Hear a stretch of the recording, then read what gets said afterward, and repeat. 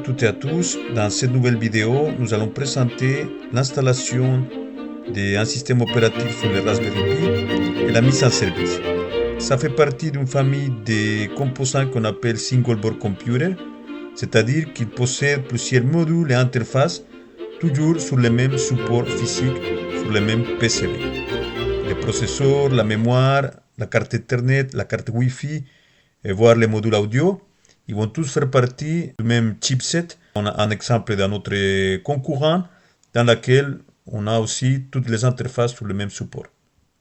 Les applications sont variées pour des systèmes domotiques, pour la gestion des capteurs, les systèmes de vidéosurveillance portable basse consommation, les systèmes d'affichage des médias avec des afficheurs de vidéos ou bien des images, avec un serveur qui va passer des images de façon périodique sur une carte Raspberry, ou bien un serveur NAS léger. Il y a différents modèles. Et le modèle 3B+, assez connu, avec un Cortex A53 de 64 bits.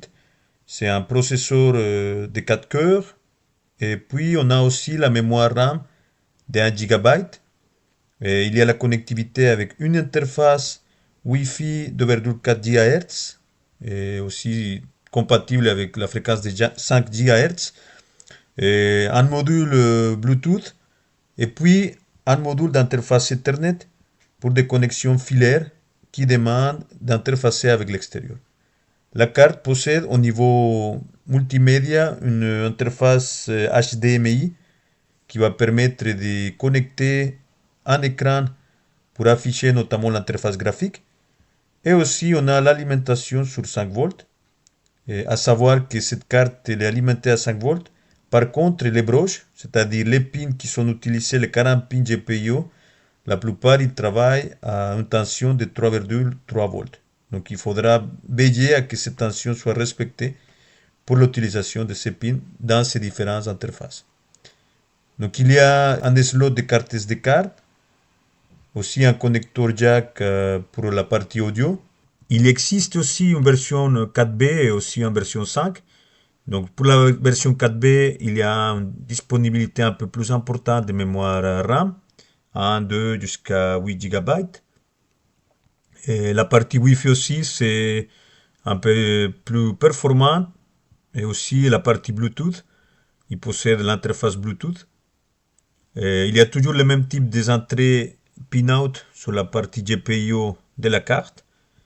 Au niveau des interfaces, on a des définitions 4K avec notamment deux ports micro HDMI qui sont disponibles dans la carte.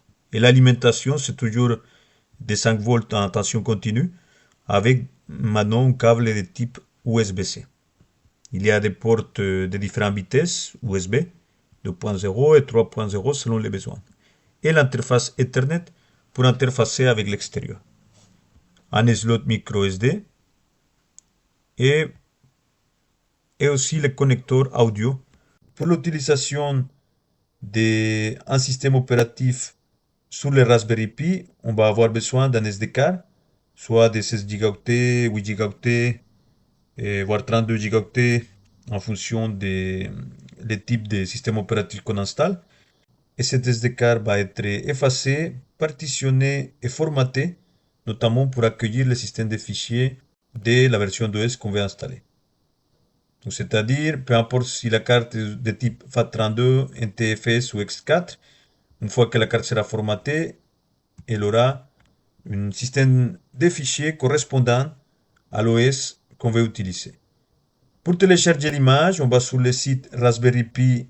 Dans notre cas, c'est une Raspberry Pi 4B. Et on va utiliser la version Lite, c'est-à-dire c'est une version sans interface graphique qui est basée sur un système Debian, un système opératif Debian, numéro 13, qui possède une taille de 551 mégaoctets. Alors, il y aura des versions un peu plus complètes, plus lourdes. Et la différence, c'est qu'il possède la partie graphique, notamment la partie qui permet justement un affichage des fenêtres, un peu comme les systèmes Windows.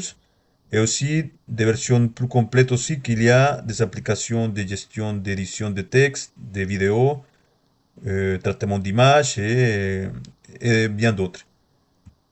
Dans notre cas, c'est pour des serveurs qui sont remotes, donc on va utiliser la version light sans interface graphique, mais qui possède déjà des librairies Python, éventuellement des services propres sur des systèmes Linux. Au niveau de la copie, c'est vrai qu'il y a la version officielle sur le Raspberry Pi Imager qui permet de faire le formatage et la copie de l'image. Alors dans mon cas, je préfère utiliser Win32 ou bien la version Rufus qui sont tout à fait compatibles et sont aussi exploitables avec d'autres types de systèmes opératifs. Télécharger notre version d'OS, OS Lite. On va sélectionner l'image .iso. Et ici c'est AN64, Raspios version Trixie. Là on va faire ouvrir et puis on va sélectionner notre SD card. Donc je branche la mémoire SD card. Elle va être reconnue par le système. Je sélectionne la SD card et puis je fais démarrer.